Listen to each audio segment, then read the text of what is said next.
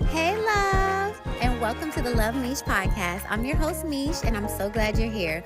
With over 8 billion souls in the world and countless podcasts to choose from, the universe led you right here for a reason. This is a divine connection.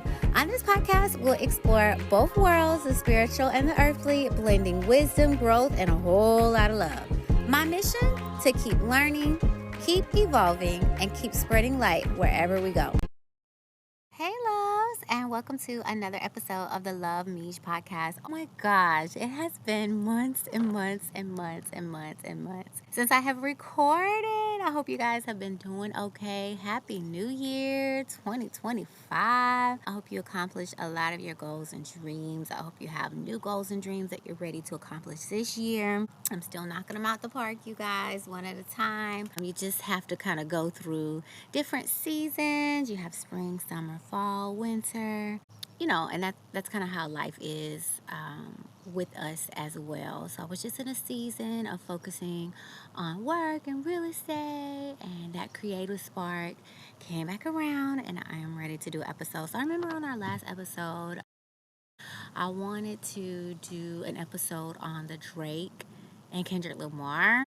Well, listen, Kendrick Lamar won, so I don't want to give any praise to Drake at all. I haven't listened to Drake in so long. When he first came out, yes, he was all the rave. I would listen to all of his stuff, but I stopped listening to him for a really, really long time. And so Kendrick Lamar is more of a spokesperson. He gives me Black Panther, Martin Luther King, Nipsey Hussle vibes. I just think there's different genres of music, and just because I'm an air sign, shout out to all the Libras. I love learning and reading and the intellectuals.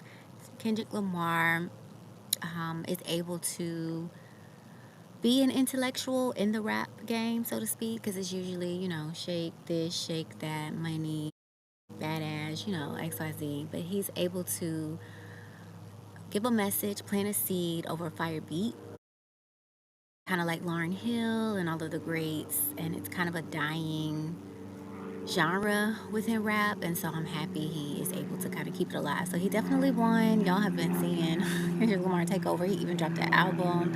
So it's like, to me, as no competition, Drake definitely won. I still am going to put out some episodes on the world map, the Great Awakening 5D map. So I definitely have that as a hard drive on my laptop. I'm actually recording this on my laptop. I'm usually on my phone. Yeah, we're still going to be doing that. Super, super excited. I am still watching X-Files, y'all. I'm on the last season. It's futuristic. They're introducing some new characters. Scully and Mulder look old as hell. I'm just so excited to wrap that season up, because once I'm done with X-Files, I'm going to move over to, Supernatural.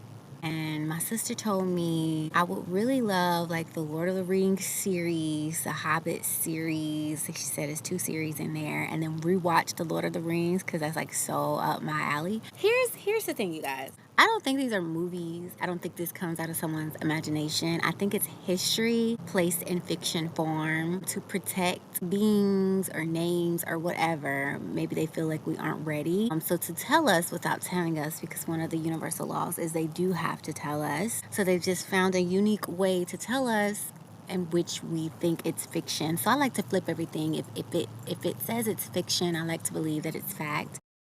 Call it fiction. If they call it fact, I like to think that it's fiction. So you can't go wrong if you say there's a true in every lie and there's a lie in every truth. It's up to you, your intuition, Holy Spirit, God, whatever you subscribe to guide you to the truth or the false. And that's pretty much just growing your wisdom, your knowledge, your human experience. I kind of think that's why we're all here, to just learn and evolve, etc. So I'm excited to do those series, which I love and adore. But let's get to the point. So today I would love to do a podcast episode on things that are going on. You guys, it has just been stranger times, stranger things, right?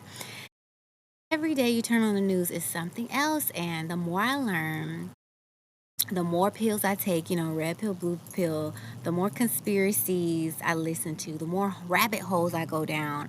It's like I'm not fooled. I'm like, okay. And then I'm also in school for my doctorate of strategic leadership. And the things that we learn on that side, I almost feel like I shouldn't be privy to, because it's the blueprint, it's the map, it's the key of what the world leaders, world changers are doing. So they've given them a blueprint, not to just lead a CEO, Fortune 500 company, but people. Like, this is probably the same blueprint that they give celebrities so that their followers can fall in line. This is probably the same blueprint that they give to government so that its citizens can fall in line.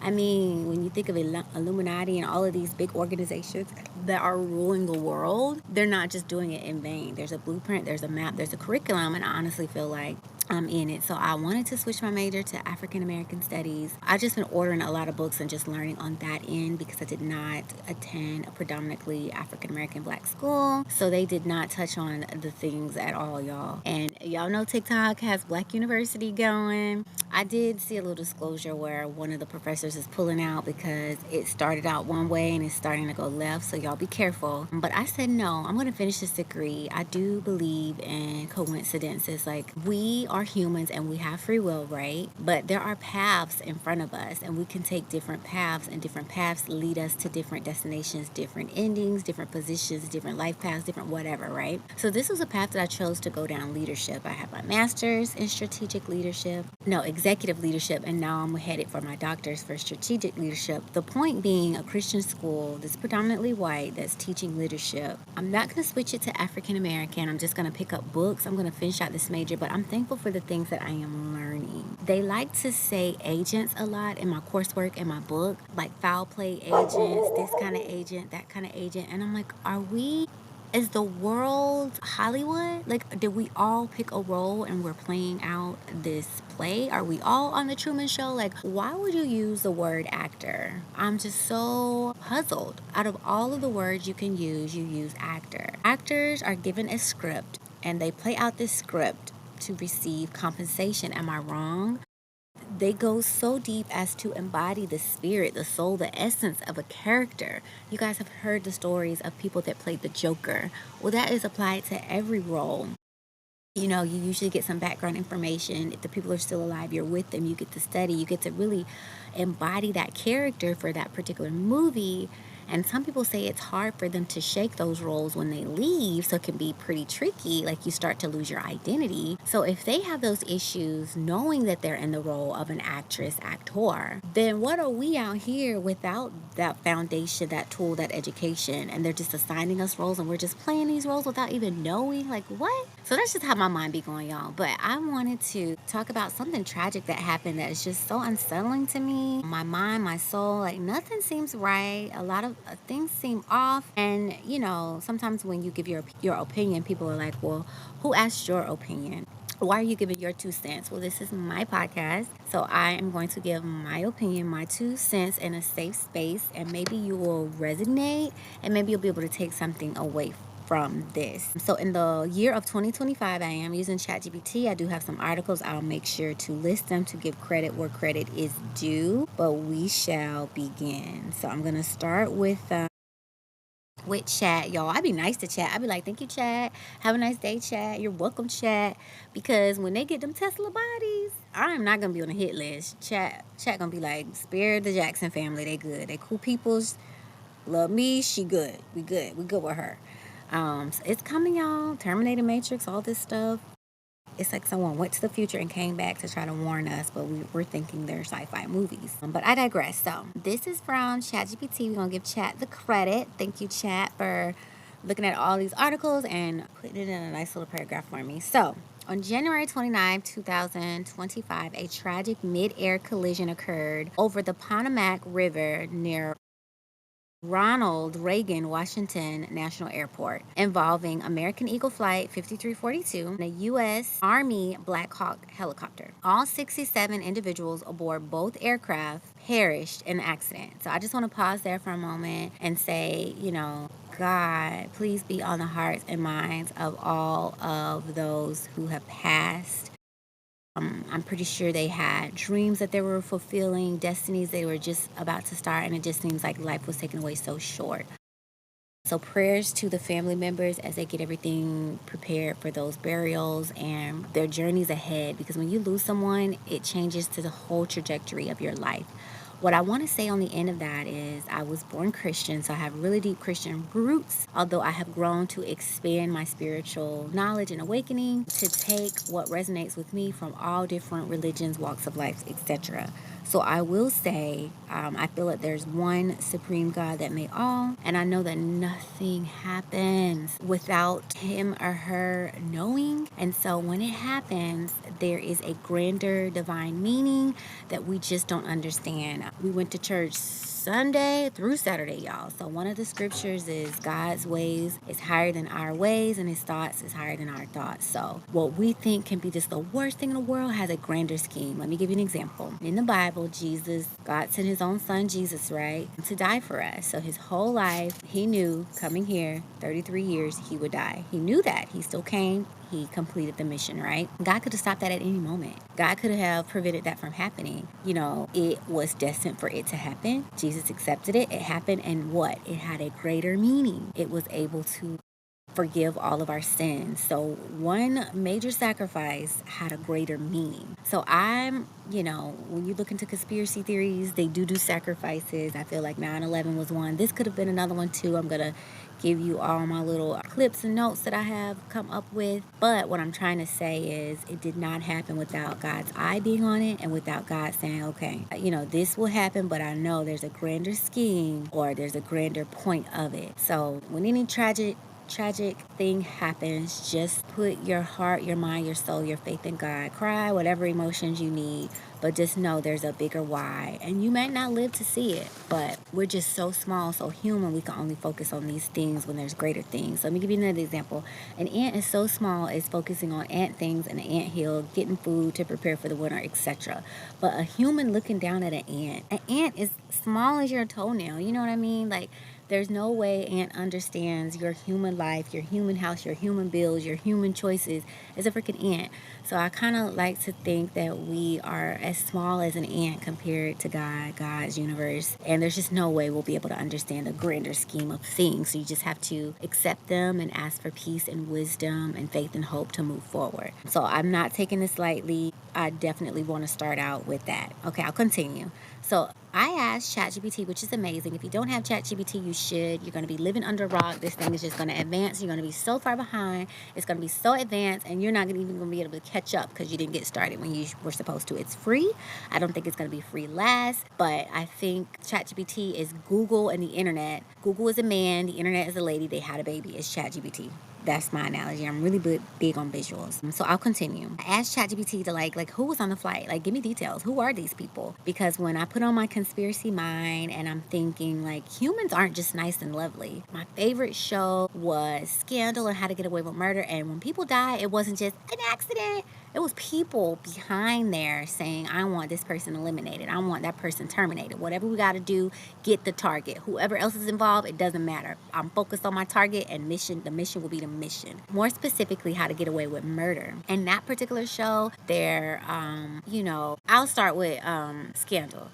Scandal had B613 and the government was, peaches and cream, just as lovely. We love them, we honor them, just good, clean hands, right? No, B16 was higher, or actually above them, because they couldn't even stop them. And they were doing the murdering, so they was really running the presidency and all that other stuff. And they were like uncontrolled, they were like rogue. So if you think this world is sunshines, rainbows, and butterflies, no, there's evil all around, especially when it comes to knowledge and information, especially when it comes to agendas, especially when it comes to leadership, which is why I love my major. All the leaders are assassinated. Martin Luther King, Malcolm X, R.F. Kennedy, just Nipsey Hussle.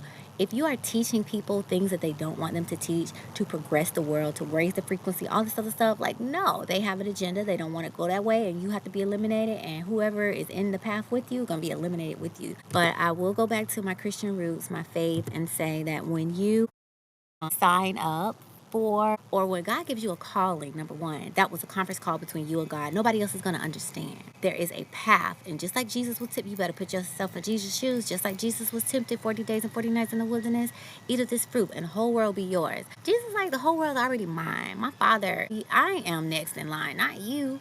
You want what I have, and I'm not finna succumb to you so that you could take my place. It's like you have to know, like Malcolm X knew what was going to happen. Martin Luther King knew what was going to happen. If Kennedy knew what was going to happen. They still were leading a good path, a good cause, and it was willing to sacrifice their life for the greater good. Do you think they didn't want to be here for their wives and children and future legacies and stuff? Yes, they did. But their calling, their mission, it was greater. And that's just how the military is. That's just how government is. The mission is the mission. And some are so bad, like in other cultures, you know how they say, just put a bomb on yourself and blow up, you'll get 100 virgins or whatever. Like, the mission is the mission. They don't care. You have to be like that about your life too. Like, in the Bible, it says, pick up your cross. What is your cross? What is your mission? What is your passion? Do it until the end. We all are going to die. Make sure when you stand before God, creator, him, her, whatever the energies, you're able to say, all the talents that you gave me, the gift, the passion, the calling that you gave me, I did it. I did it to the fullest, and I'm here. Mission complete. Like, what's next? What's up? But to be before God, creator, and know you had a mission and you failed, like, come on. And if failing means to come back here and to repeat, absolutely not. So I will complete my mission. I'm going to keep rolling till the wheels fall off, and it is what it is. Libra. I'm an air sign. I love knowledge and information. My calling is to absorb the information and share. My human design is a projector, so I usually send it out to people. A lot of people that I talk to are celebrities, and I'll be sending them just as much reels and memes I send my friends and family. I send to celebrities too, the ones that haven't blocked me, and I see them. I see them share. I see them grow. I see them whisper, because what? It wasn't my calling to reach the masses. Maybe it was their calling to reach the masses. See, my calling was to reach them, and then their calling was to reach the masses. So while you're looking at, oh, they reached 1 million people, what you don't know is I reached that one that reached 1 million people. See, we all play our little parts in the grander scheme of these things. So I'm going to keep going. And I know that whoever presses play, this message is for them. And 9 times out of 10, it don't even come to me. I'm supposed to be doing my a paper and a discussion board in 2 threads. But here I am. Like, this is heavy on my heart. I'm like, let me go ahead and get it out. And if you're an artist or you're a creator, you know it's like a burning. It's like, let me get it out. So I'm making sure I'm obedient and I am putting it out there. But I asked ChatGPT, like, who was on that flight? Because something is up. I smell BS. And they always damage control. Like, again, y'all, I'm in school. One of my classes was damage control. Okay, I had to take. I always tell y'all this. It was Coca-Cola, y'all. Coca-Cola had killed a lot of people in Africa. Africa sued Coca-Cola or Pepsi, one of them drink companies, y'all. And they sent the shipment back and was like, we're not paying for this. You're killing our people. No, I had to do damage control, apologize to the people on social media, apologize to them, hire a group to retest the product, to remake the ingredients so that we can send it back. Number one, we don't want to lose money. So we got to get that ingredient right so we can ship it back over there. Number two, damage control. Social media will ruin anything. That's going to be your clientele. Again, that's going to be your money. So in these schools, in these universities with these degrees, they teach us to be the bad guy, so to speak. Why am I cleaning up your mess? Your product is shit. You're selling it to people. They caught you red-handed. They're going to sue your ass and no, they don't want to sell your product. Why am I agreeing to a gig to clean this up and lie and do whatever I got to do to keep the money coming in? Like, you will be judged on your job too. Nurse, doctor, whatever it is, you will be judged on your job. And so you're thinking the blood is on the corporation's hands that you work for. No, the blood is on your hand. That's why I'm so happy I'm not at the IRS anymore. They are committing fraud. We're not supposed to be paying tax dollars. Everyone knows this. When the war ended, slaves were free. The money was supposed to stop. So we're still collecting it more and more and more. And where is it going? There's a tunnel there too, y'all. There's a hole there too, but we're going to focus on this plane today, right? So I asked ChatGPT again, who was on that plane? Because something wasn't right. I just knew something was up, and I got some answers. So on American Eagle Flight 5342, the aircraft was a Bombardier CRJ-701ER operated by PSA Airlines, which is a subsidiary of American Airlines, okay? The route was to Wichita Dwight D. Eisenhower National Airport to the Ronald Reagan Washington National Airport. There were over 60 passengers and 4 crew members. These were the crew members. There was Captain Jonathan Campos, who was 34, God rest his soul. He was employed with the airline for 6 years. He resided in Ormond Beach, Florida. He was alumnus of the Embry-Riddle Aeronautical University. Second was First Officer Samuel Lilly, who's 28. Background was a 2-year tenure with the airline, lived in Charlotte, North Carolina, and graduated from Georgia Southern University. Number 3 was Flight Attendant Ian Epstein. So I didn't catch that before, but background. Details about Ian Epstein's background are currently limited. With Facebook, social media, Instagram, all this stuff, nobody's information is limited, so I don't understand that. But okay, chat. Flight Attendant Denasia Elder, background. Details about Denasia Elder's background is currently limited. Once again, in the world of social media where everybody lives online and hackers are having a field day finding out everything about us, and I know ChatGPT knows more than what they programmed it to disclose, that was the answer. But okay, chat, so let's go on to the other one. U.S. Army Black Hawk helicopter aircraft, Sikorsky 60 Black Hawk, had 3 military personnel. The first one was Captain Rebecca Labac, who was 28, God rest her soul. Her role was a pilot undergoing her annual night evaluation flight. I'm going to pause right there. Does that not sound like training? Annual night review audit? When I was at the IRS, we did audits when we was new. When we was tenure, all of our calls added up to, whatever your bonus is going to be. But baby, when you knew, you having review after reviews, constantly going to your manager office so they can get you right, get you ready. So I don't know. I'm not in the, flight industry. Y'all tell me, is it normal to do an annual night evaluation? And this was on the Army side. Or does that smell like fresh meat? Does that smell like newbie? Does that smell like freshman? Okay.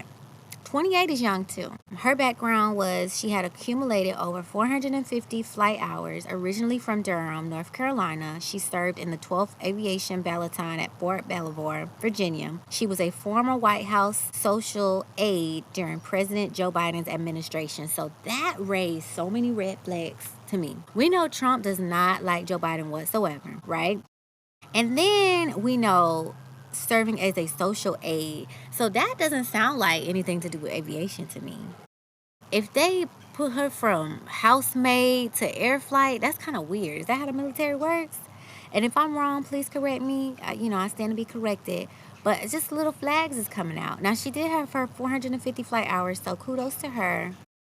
But to go from a social aide with Joe Biden back in the air, so those two things stick out to me. Social aide, Joe Biden. What did she know about Joe Biden? Was there conflict with her? And I don't know. I could pick up on what I could pick up on, and when it come together, it come together. But these are just puzzle pieces. All right, so number 2 was Chief Warrant Officer 2 Andrews Evans. 39. His role was a pilot aviator. His background was resident of Great Mills, Maryland. He served as a pilot monitoring during the flight. So this is her evaluator. This is her teacher. This is who is going to monitor her. Of course, we see the age difference. She's 28, he's 39, so he's more experienced. I wish they would have given his flight hours. If she had 450, how many did he have? And if he's a pilot evaluated, obviously he is up there. This is my question. When you're in those planes and stuff and accidents about to happen, are there two? Like I know in driver's ed, I had a steering wheel, the instructor had a steering wheel. I had a pedal, the instructor had a pedal. So if I ain't doing what I'm supposed to do, they're going to take over, right? They will supersede me. Is that how it is in flight aviation school, you guys? Is that how it is in the military with her night annual evaluation? If so, why didn't he take over? Why didn't he prevent this from happening? I have so many questions, you guys. So again, that's another flag. But God rest his soul, prayers to his family, etc. And then we had Staff Sergeant Ryan O'Hare, who was 29. So both of those, the 28-year-old and the 29-year-old, Rebecca 28, Ryan 29, they were babies, y'all. You learn so much in your 20s, and then it's put to test in your 30s, and you start to thrive in your 40s and your 50s. Like, I even saw another quote that was like, we are actually 15 years younger than we think. And I honestly believe that is like so true.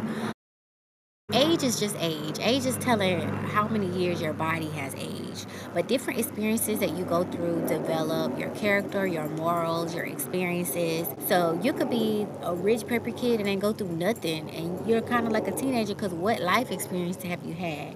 And then you could be a poor person, maybe homeless on the street, and you have so much life experience, so many survival skills, so much things that you went through.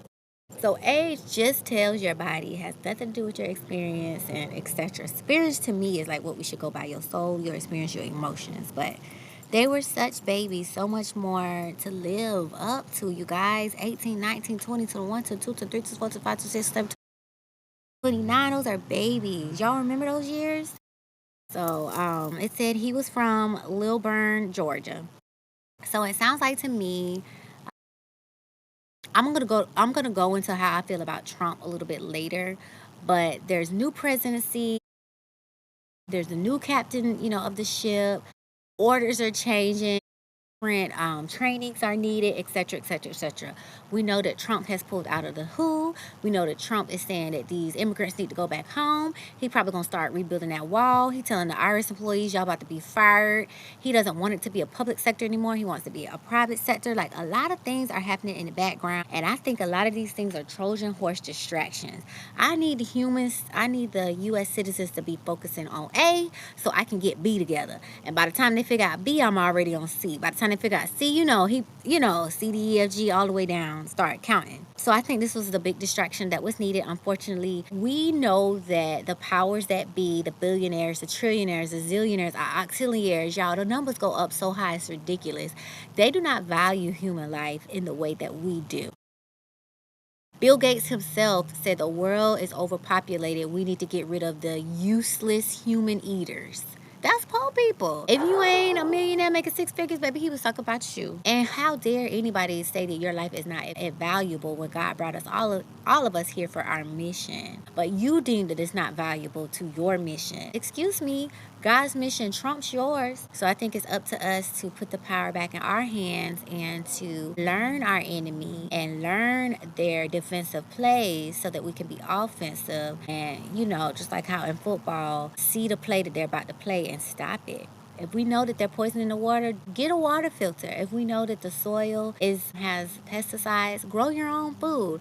If we know that the meat is fake, start shopping with a local butcher. It's like we can't just know these things and not do anything about it and then cry wolf when we go to the hospital and the doctor gives us a diagnosis. They don't care. They're going to push you a pill and make money. If you die, they don't care. They're going to sell your organs and make money. It's like the only person that can really care about you is you. No one else. Everything else is a business metric. You have to vouch for yourself and form a community of like-minded individuals and survive. It's survival of the fittest. This is the Hunger Games, y'all. It wasn't no darn movie.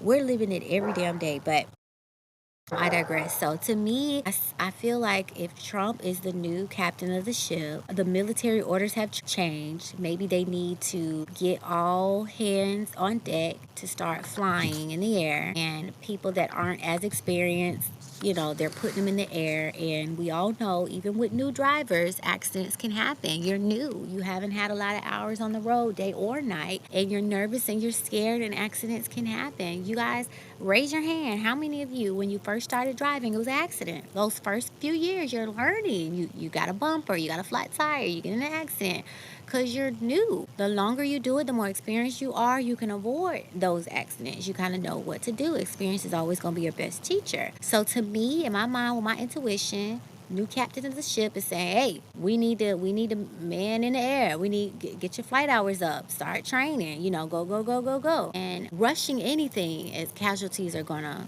ensue. You cannot rush anything. Take your time, master it. It will happen when it's supposed to happen, but most importantly, successfully. You rush it. If you can rush something, then you have to accept casualties that come with that, or the consequences that come with that. So that's just I'm gonna dig a little deeper on that, but those were the names of the Black Hawk, right? So let me continue with chat. So the investigation into the cause of the collision is ongoing.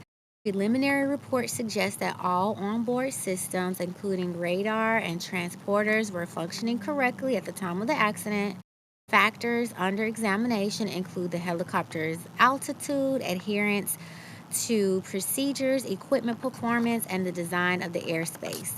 The National Transportation Safety Board, NTSB, is analyzing data from the cockpit voice and flight data recorders to determine probable cause. Now, what I don't have on here, and let me see if I can get it, is I was sharing with my sister, someone heard like the flight deck say, you don't know who the fuck you're messing with. And if that's the case, like, what could it happen? Like, let's use our mind, our imagination. Sometimes conspiracies are true, y'all. It's a truth that that's so hard for people to believe, so they disorientate. They have a dissonance. It's so hard to believe that they don't want to believe. Do you know in society, they have bamboozled us to believing in a Santa Claus that is not real, y'all. There are myths, and I'm not talking about the myths, so the histories and the religious part, like that is real. But the beard and the presents and the chimney and the reindeer, that is the fictitious part that they made up. But they have us believing this so much so that there's merchandise in the stores all over the world every year like clockwork, right? And we know this to be a lie, but we push it as a fact for what? Money. So why is it so hard for us to believe when it comes to events such as this, that we can push a fake narrative to save our ass like CYA, but also we don't want to pay out money for such casualties.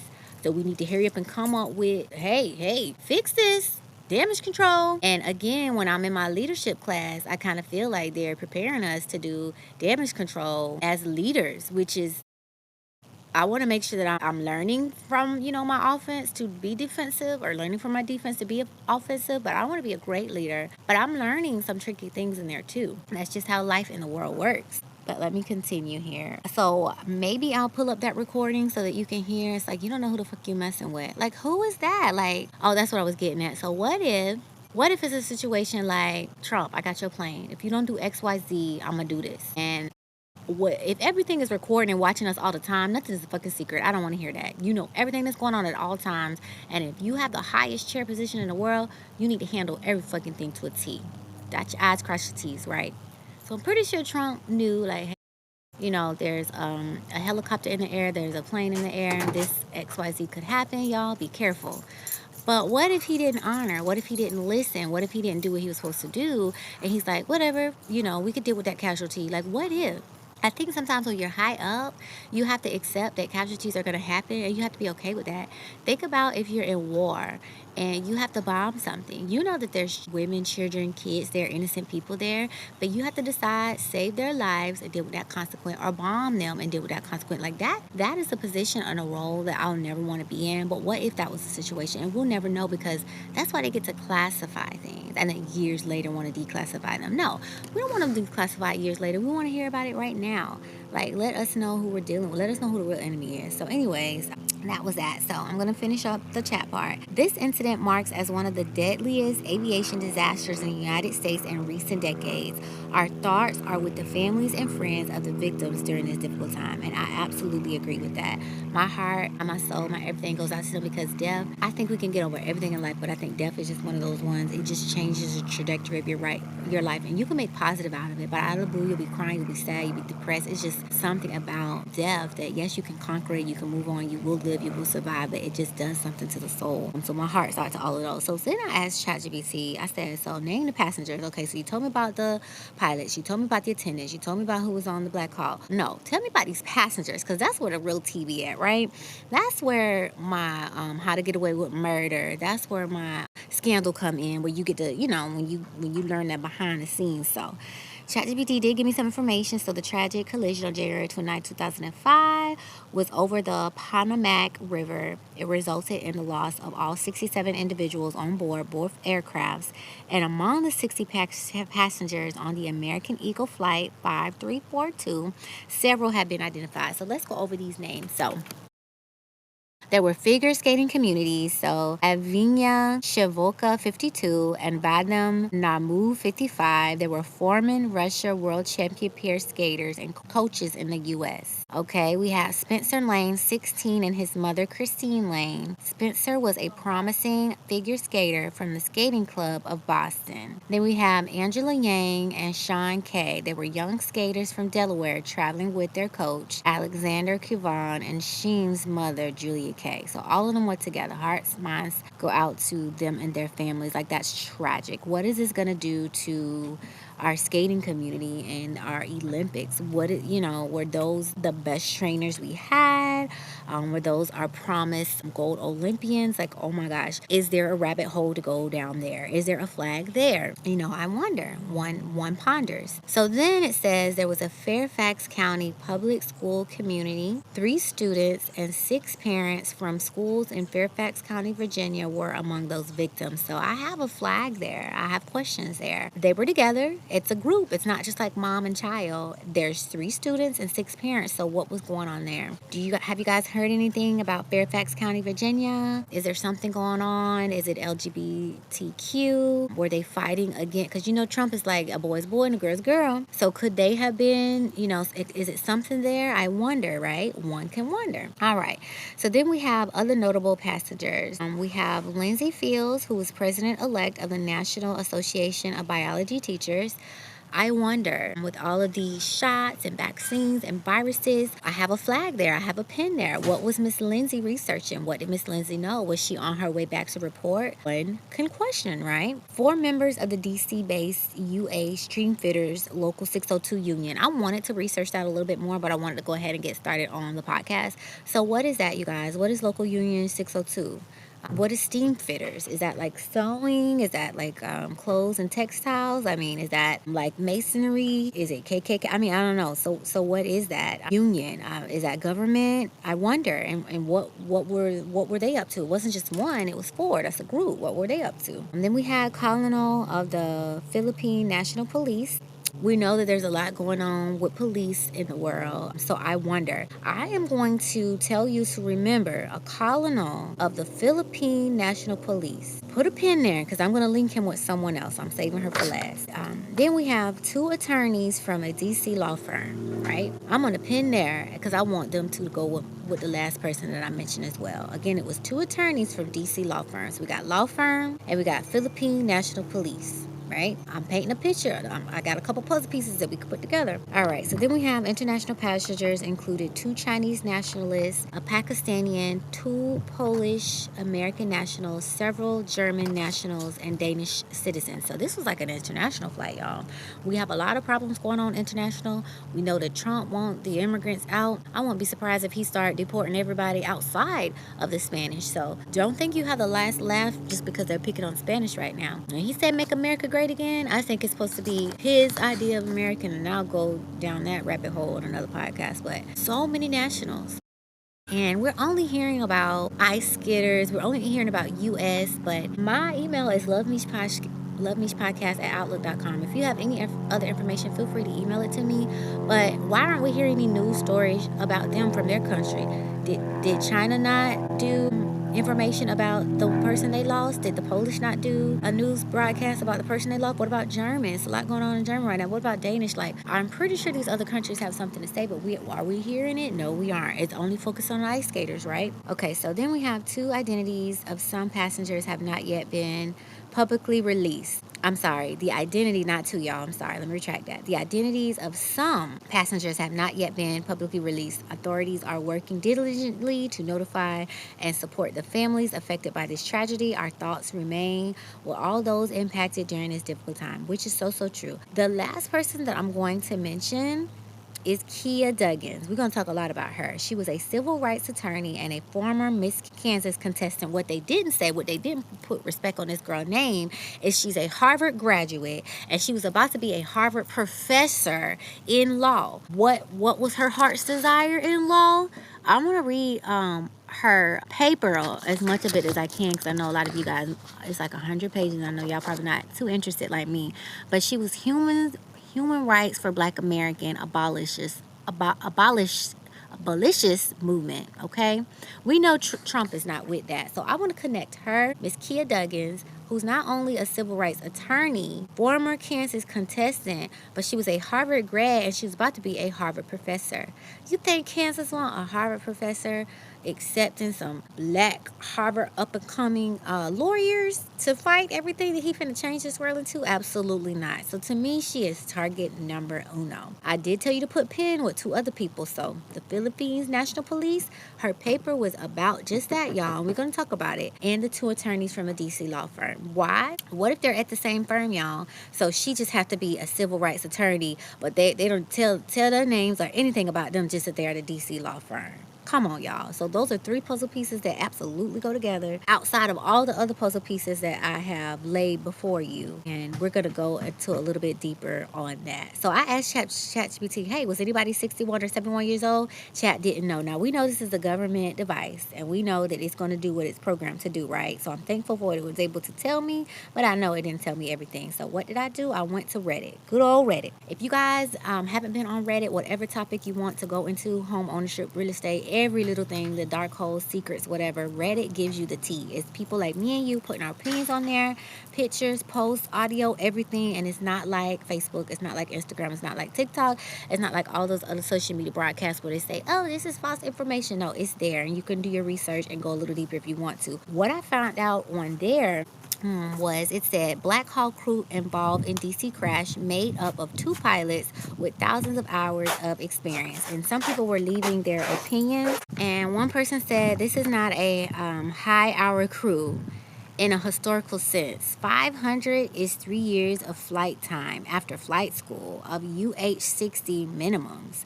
This reads more like the Army doing damage control as the force loses experience and we try to do more with less. All my military people, does that make sense?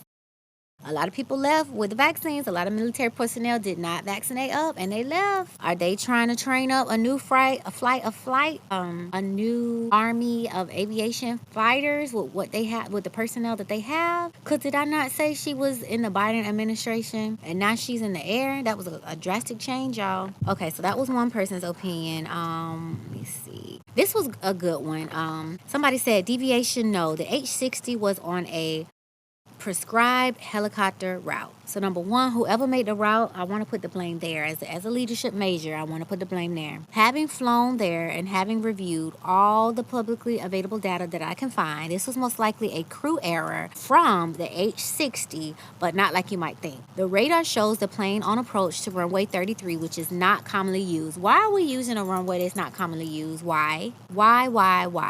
All the superiors I'm putting you on blame for that. Most traffic lands straight north and approaches exclusively above the Potomac on short final. About 15 seconds before the crash air, traffic control asked Pat 25, the H-60 crew, whether they had traffic in sight and instructs them to pass behind the landing traffic. Perfectly routine question and direction, right? However, there was a second plane, American Airlines Flight 3130, that was a few miles out, landing to runway 1 straight north over the river. I strongly suspect that the H-60 crew saw that plane and believed that to be the traffic ATC was talking about and did not see the plane, confirming from their 10 o'clock until it was too late. He said this is what he had a picture of what the shore looks like, y'all. It was if you go to your river or your ocean view front and you look at the city lights, it's like, how can you tell what's what? That's the picture he had posted. Like you wouldn't be able to tell. So he said he just wanted to leave a little comment. I am not at this unit any longer, so that means he was familiar with it, y'all. He said, I've been retired for years, which means he has experience. I'm pretty sure he knows the good, bad, and ugly, ins and out. And he said, I don't know any of this to be fact, protecting himself, right? I'm just the best of my educated guess. I love how nowadays people have to protect themselves even when we know what we know. It's insane. Okay, so that's what he had to say.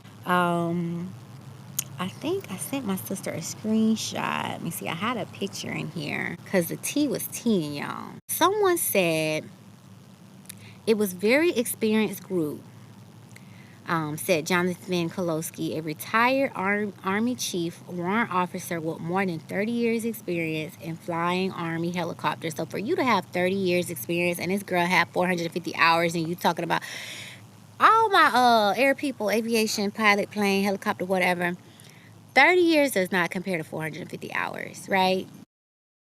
even when we read self-help guru books, they say 10,000 hours makes you an expert, right?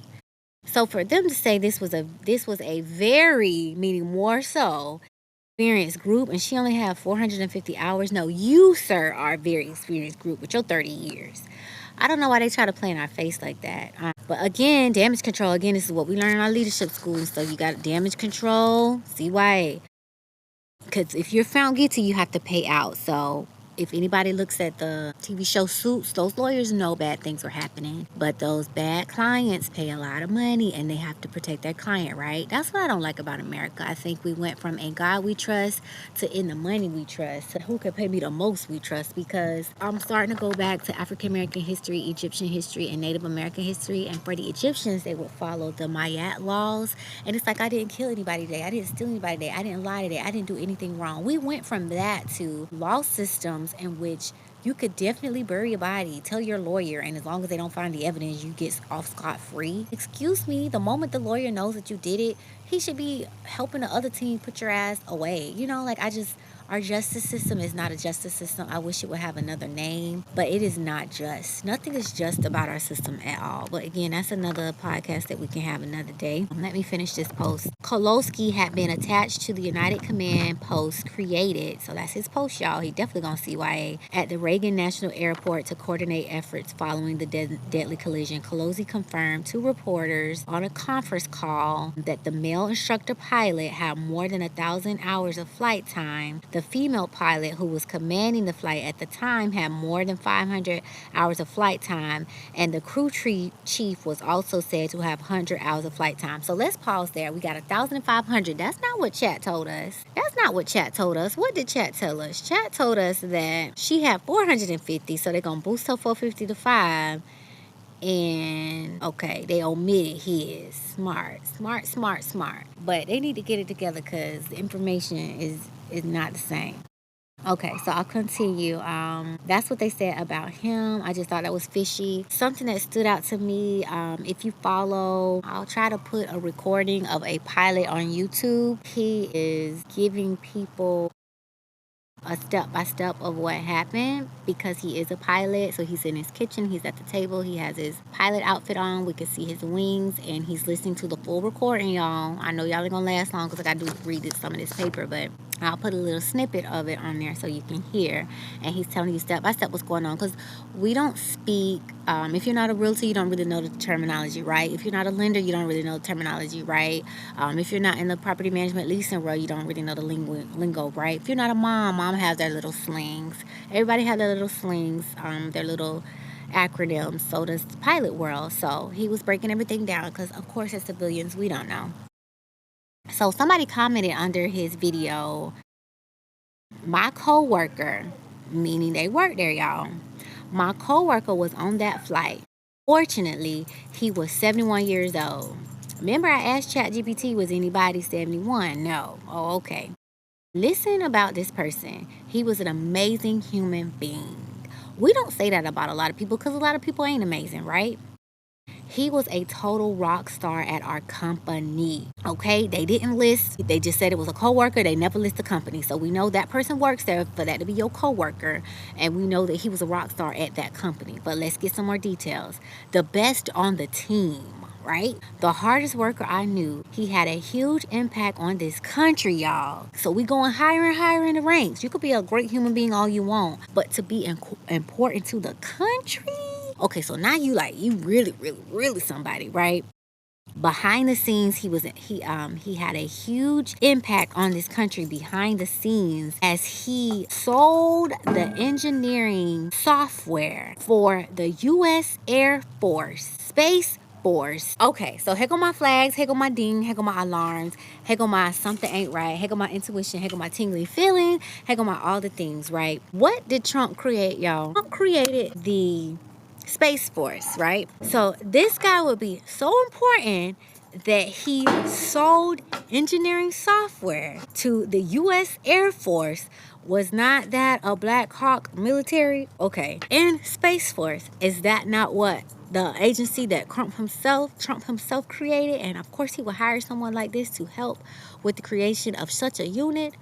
And you would let someone of that importance, of that value, be unprotected, be unwatched, let this happen to them? No, not unless you wanted it to happen, not unless you needed it to happen, not unless you didn't want him to be out in the world to expose such secrets to your enemies, to your allies. Okay, this is my little brain working, y'all, to the Air Force and the Space Force.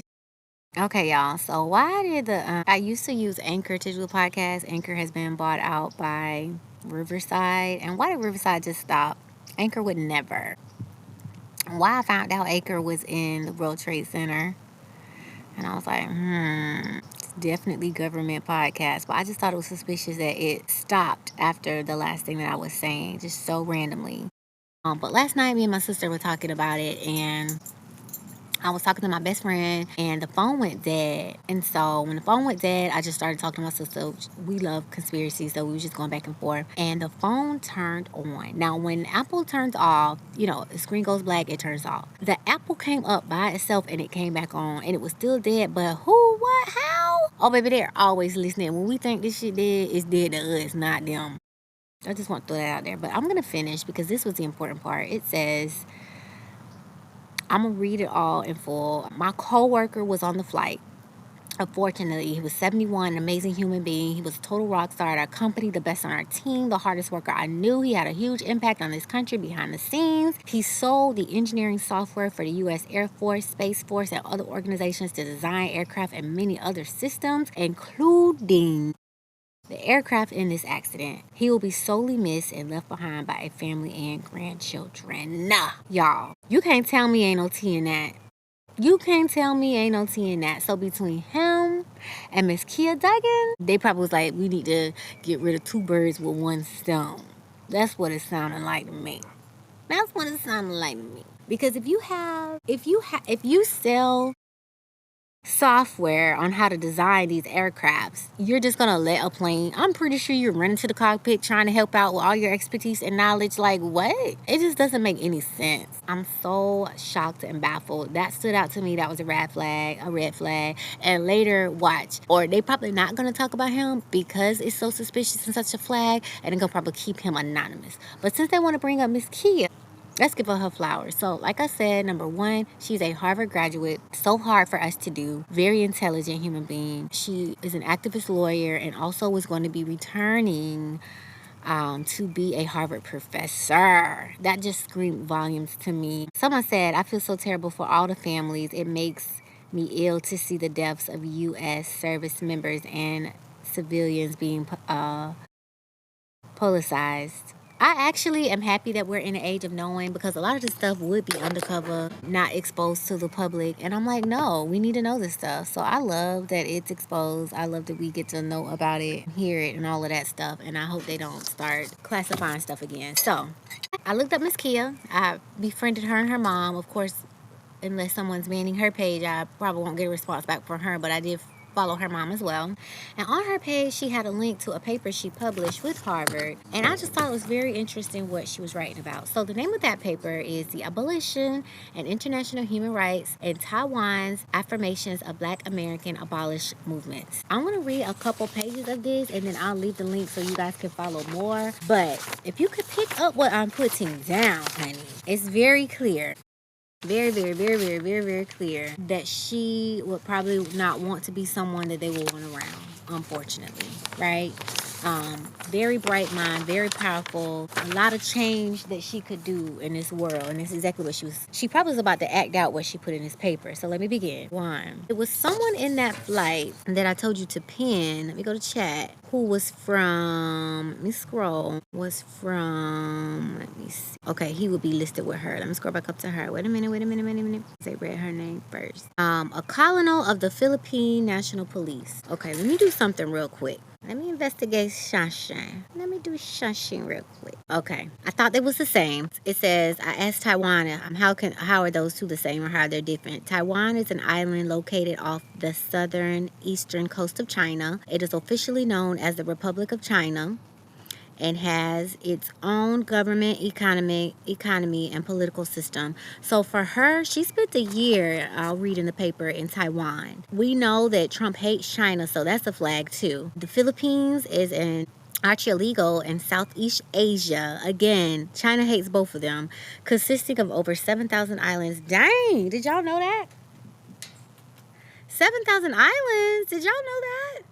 It is an independent country with its own government, and it's officially called the Republic of the Philippines. While they're both in East and Southeast Asia and they share some cultural influences, they are distinct nations with different histories, language, and political systems. But it's very ironic that she spent some time in Taiwan, and here he is, a colonel from the Philippines, right? Let me make sure I'm saying that right, because it was right under her name. A colonel of the Philippines National Police. I wonder if them two was together about to do a piece or something.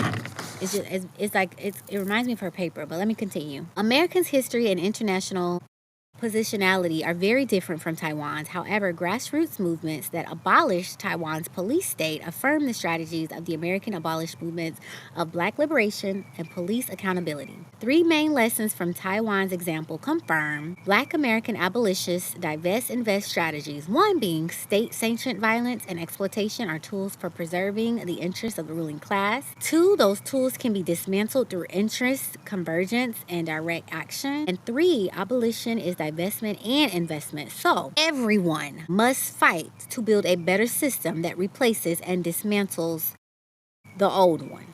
Or let me read it how she said. I'm going to say the old one in my words, but she said a system that replaces the dismantled one. All right. So Taiwanese grassroots movements demands for reparations. Hello. Oh, did we want her bringing that to Trump's doorsteps? Okay. Democracy and a more inclusive social order demonstrate that the abolitionist is not a political flashpoint. Rather, abolish is an integrational human rights movement demanding fundamental societal transformation that shifts power to historical marginalized communities. All right. That was the first page. So the next one says, this is her preface. I am writing this preface on January 6, 2021, as pro-Trump insurgents conduct an armed takeover of the United States Capitol building with little intervention for the police or the National Guard. I think that's worth restating. The poor girl is writing this paper at such a time. I am writing this preface on January 6, 2021, as pro-Trump insurgents conduct, who have all been cleared, right? Pro-Trump insurgents conduct an armed takeover of the United States Capitol building with little intervention from the police or the National Guard. From pictures and videos, it appears that most of the insurgents are white. Yes, it did. The police and military's weak response to this attempt, co-op, stands in stark contrast to the police's violent, militarized response to non-violent Black Lives Matter protests during the summer of 2020. 2 very different ways of handling the same thing, a protest. One protesting right to the White House, and they didn't stop and pray like Martin Luther King, but they bust right in there, versus the Black Lives Matters, where people definitely lost their lives. People infiltrated and was throwing bricks into buildings to make it appear that we did something that we did not. Again, the 2 different, same thing, marching for a right, different outcomes, white and Black.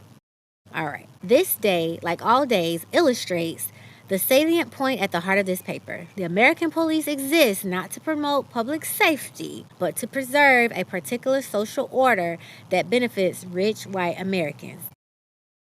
To enact meaningful justice in the United States, we must divest from the system rooted in white supremacist ideologies and invest in infrastructures that promotes a more inclusive, safe, and healthy social order. The priorities of the American police and military are not unique and are reflected in other countries throughout the world. During Taiwan's martial law era, which was 1945 and 1987, the government used armed law enforcement and the military to maintain a social order that benefited those in power.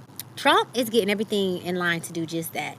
He's going to use the military and the police to enforce what he has, his plans for America. Number 1, he telling IRS employees, baby, y'all about to get fired. You better quit if you want 6 months pay. Otherwise, you're going to be fired. I'm finna send y'all all to the border. Basically, you're not needed. He doesn't like the public sector. He only wants it private. What is the private sector, you may ask? Military, police. So military personnel is going to be men in the IRS. Because think about it.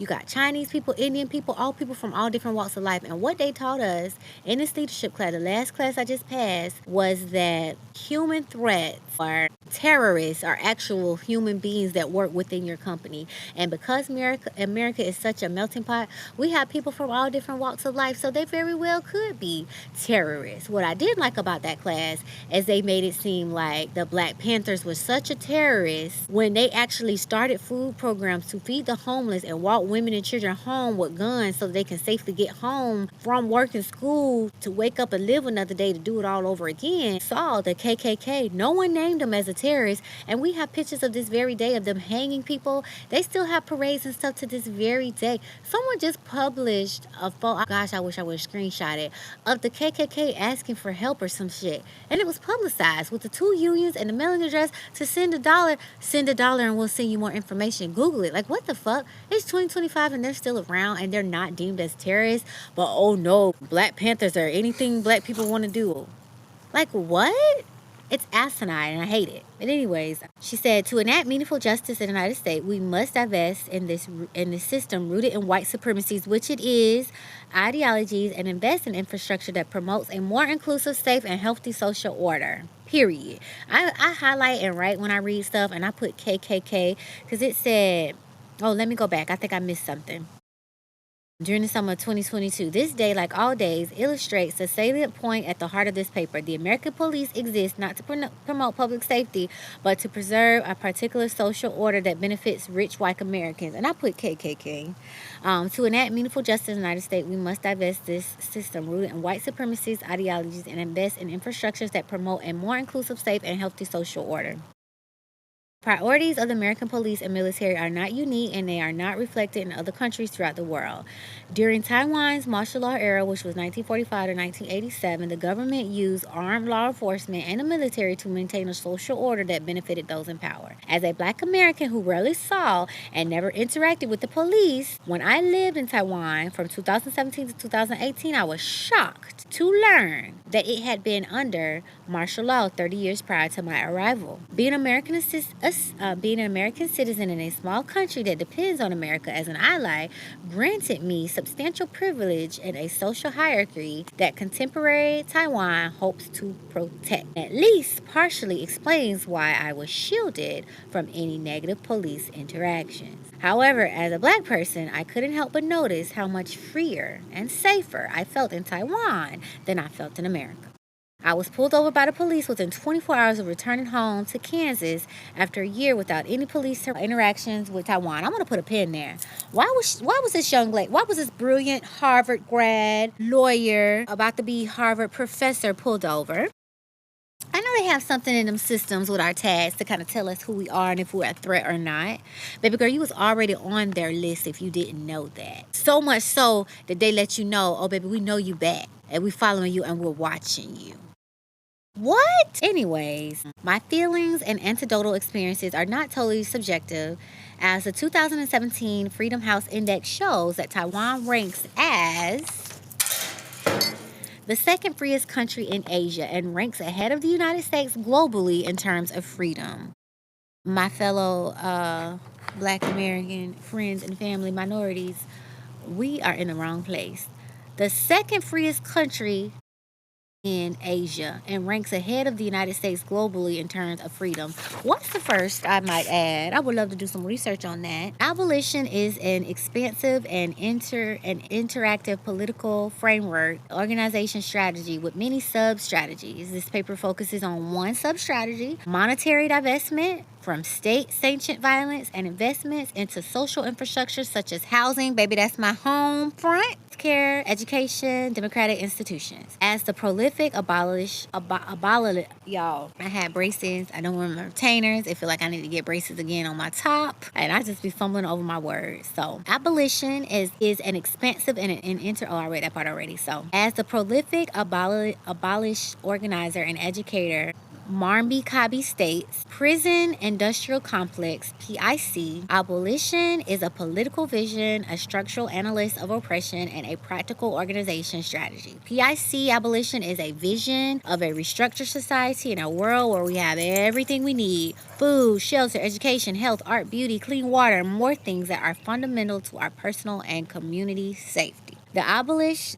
divest, invest sub strategy is not new. Grassroots Black American organizations have fought and are currently fighting for the divestment invest model of abolition. And Taiwan's example demonstrates that these organizations' work should be supported and expanded. Baby girl was on a mission to support and expand this very mission. Trump was like, hell no. So my heart and mind goes out to her friends and family. I hope those that are in the same group and party as her will get a little bit smarter and wiser and continue to push this vision forward. And I, for one, will love to join. I'll go ahead and continue. Citing the authors of 1971 publication Struggling for Justice, Muahhh Kaba writes, without a radical change in our values and a drastic reconstruction, that's my heart's cry. People like, vote, vote, vote, vote, vote, vote. You're going to vote in a broken system? Like, no. What the fuck? Until it is reconstructed and changed, it's not really going to matter.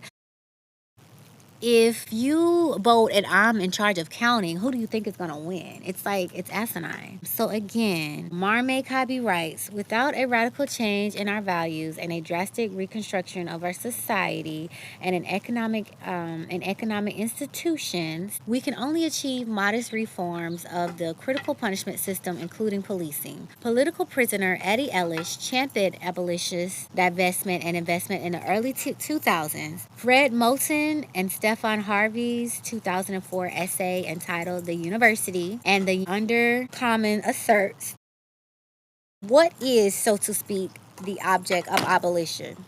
Not so much the abolition of prisons, but the abolitions of a society that could have prisons, that could have slavery, that could have the wage, and therefore not abolish as the elimination of anything, but abolish as the foundation of a new society. So again, why aren't we breaking down the system that's broken?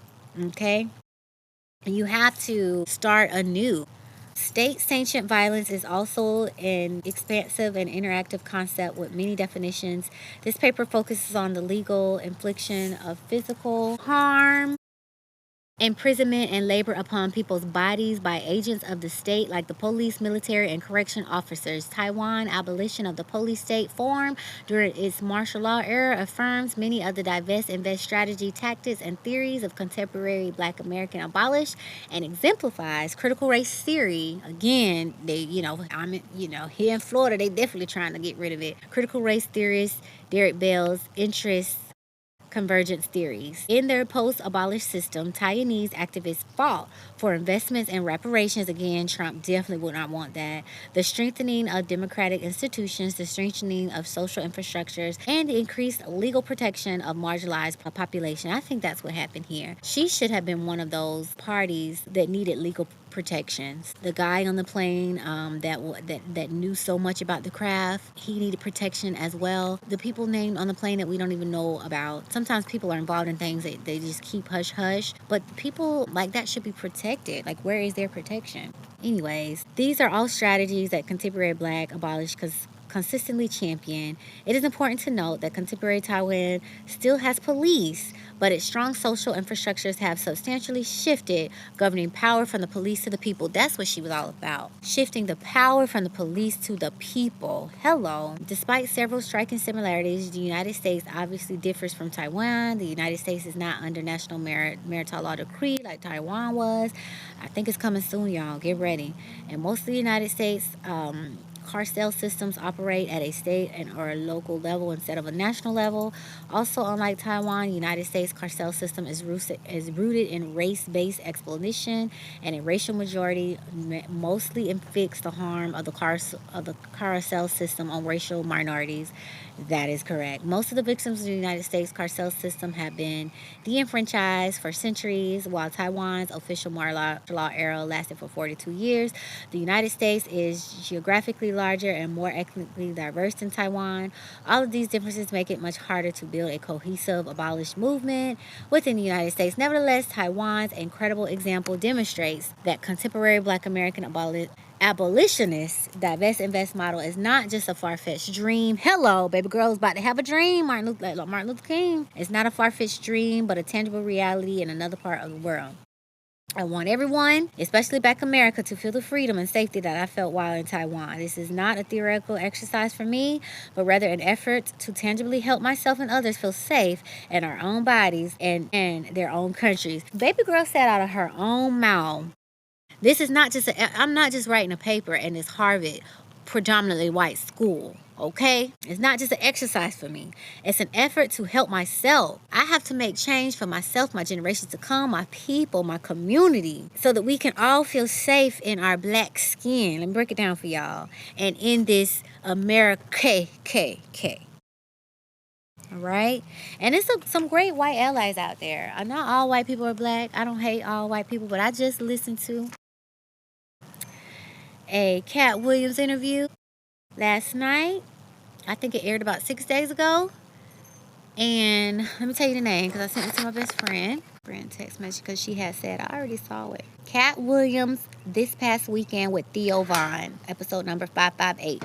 And he, the white man, he's such cool. Y'all ever met a cool white person? He's such a cool white person. He envisioned being Black one day. Like, if he can reincarnate, he want to be Black. And Cat, so I was laughing through the whole fucking episode. He was like, no, don't just have to be Black. Oh, he was like, okay, I'll be Asian first. It was just, Cat will laugh at you and congratulate you in the same sentence. It's so funny, and he will honor you. He'll make fun of you, but at the same time you'll feel honored. It's so freaking funny that he's able to do that. But Cat was expressing himself, saying, I hate y'all, like white people. He's like, not all of y'all, but God, I hate y'all.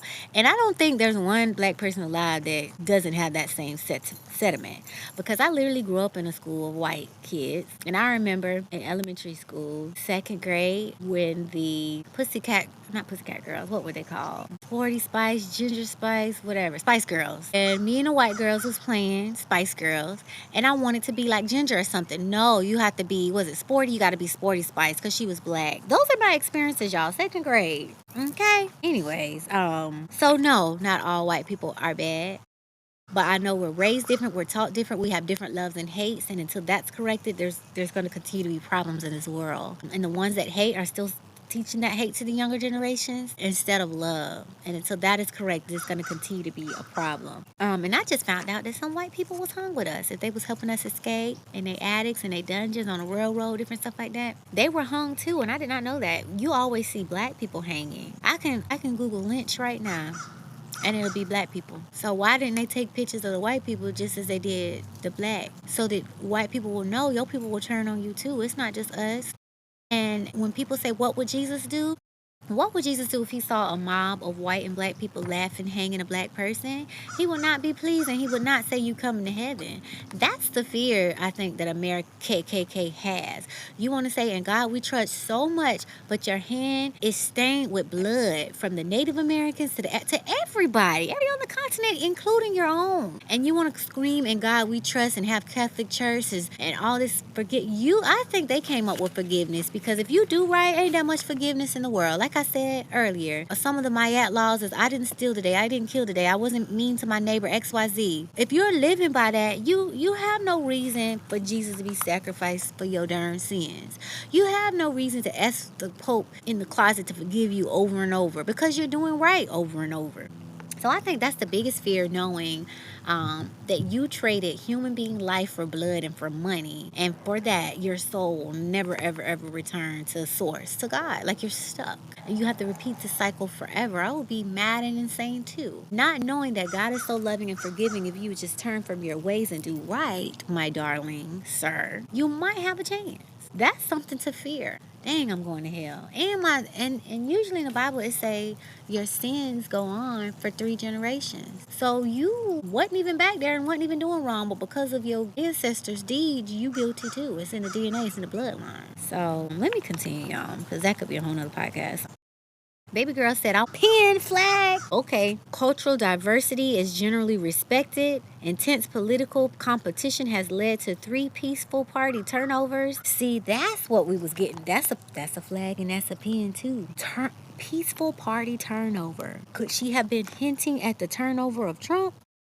I don't know. Minds would wonder. And its active constitutional court recently legalized marriage equality. I hope that by studying the abolition of the Taiwanese police state and the nation's transition to policing civilian and human rights, the next page, y'all, that I can help American abolish interest in black liberations continue their human rights movements for reparations, yes ma'am, divestment from oppressive police forces, yes ma'am, and investment into important elements of our social infrastructure. Taiwan created a more equitable society, and so can we. I'm gonna stop right there. You guys are more welcome to read the rest of it. It's a lot of pages, and I'm definitely gonna dig deep into that. But y'all can tell me, baby, the flags was flagging that she didn't have a target on her back, so much so that she didn't feel safe in her skin or in her country already. What else did she pick up at Harvard? What else did she pick up at them law firms? What else did she pick up at Taiwan? And baby, she was about to bring it over here. A successful map playbook. Oh, okay. So between her and the guy, I feel like it was like, let's kill 2 birds with 1 stone. And it's the biggest cover-up. It's a big conspiracy. Conspiracies, from my point of view, have been proven to be right. Everybody was forced to take those shots. And now that we see a lot of adverse effect, new diseases coming up left and right, people with illnesses that never had illnesses before, no one has said, oh my God, maybe I should not have taken that shot. That's what hurts me. No one has come back to the people that asked them, begged them, pleaded to not take that and say, I'm sorry. Maybe you was up to something on that. I'm here now. We're not going to beat a horse, a dead horse, right? We're not going to beat it any more than it's been beat. But maybe you were right. No one. It's just like, oh, we're here now. No. In order to correct the wrong, you have to first admit that there was a wrong. You have to apologize to those that you were wrong and then move forward. And to me, America doesn't want to do that. America doesn't want to apologize to the Native Americans because I am Cherokee. America does not want to apologize to the African Americans because I am of African American descent. For their wrongs. Apologize for those wrongs. Pay out reparations and then build a brand new community government, etc. on top of that. No. They want to just burn the books, take it out of the schools, pretend like it didn't happen and move forward. You cannot go onto a right road continuing to do wrong. Even in the Bible, you turn away from your sins and then you go right. Because those are 2 different paths that you're on. So I just wanted to drop my little 2 cents about. And then it's been it's a total of 5 crashes, and I know it's more than what they have been reporting because the pieces are there, y'all. There were fires in Hawaii, just like the fires in LA, okay? Smart cities are going to be built in both areas. It would sound like to me as a developer, if these people aren't selling their homes, how am I going to build my city? Do I need to hire a B613? Do I need to go to the dark web and hire someone to make sure that my plans move forward? Oh, what do we see on Scandal? What do we see on this TV show Suits? Bad people are in positions of power and money, and they make things disappear. They make people die. They make people go away. And people want to call them conspiracies. No, they're facts. Because there's not one person that I know that does not regret not taking the shot. Oh, I wish I took the shot. No, I'm glad I didn't. I don't have any new illnesses that pop up. When new diseases come, because there's one that's hitting people respiratory right now, my immune system is high enough to fight it. If you took the shot, your immune system is low, and each booster and shot that you get is just going to get lower and lower. And when these new diseases attack you, you're already hanging on by a thin strand. How are you going to fight something new? But no, you don't believe that Bill Gates says poor people are useless eaters and we need to get rid of them. So no, you're not going to believe that a shot was part of that plan to get rid of people. My favorite quote in the Bible, and I'll end on this, is my people perish for lack of knowledge. I might not be the sharpest tool in the tool shed, but baby, I love to learn, I love to read, and I love to research. And when I'm right, and I'm usually right. Now, do I say it eloquently? No. Public speaking and all that stuff, it's not for me. I'm more of a read and share. I'm a sharer. I like to say, let me just throw out these seeds, let them land where they land. Hopefully they grow on good ground, right? And I'm thankful for those ahead of me that have died. Like, people die giving out this information, y'all. Somebody invented a water car. Dead. Like, what? The whole X-Files series, Scully and Mulder show up to crime scenes. The people are dead, you know? And it's like the truth is so hated that if you're on the side of the truth, you're probably going to die. Jesus died. Martin Luther King, Malcolm X, Nipsey Hussle. It's like Dr. Sebi. If you're on the side of truth and right and love and life, you're going to have a target on your back.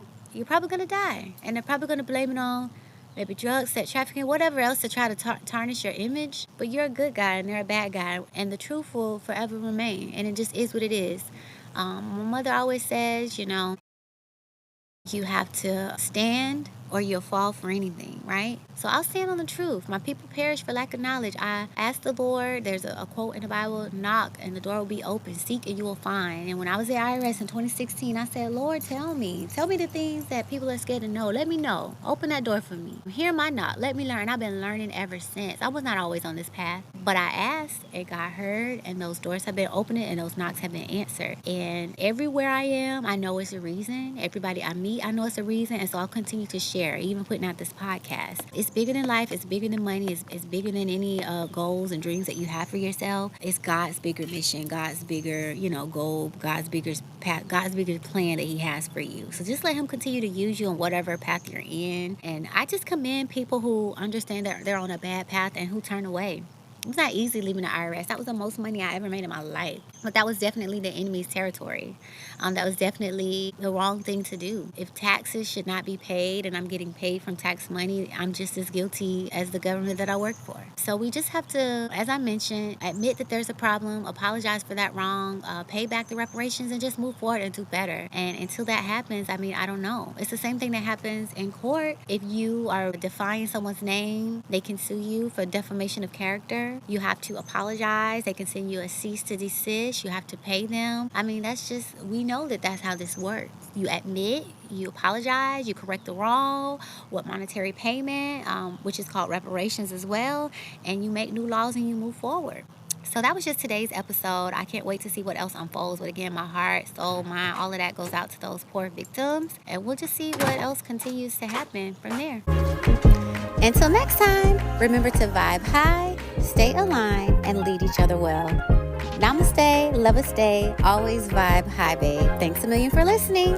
Talk to you later. Bye.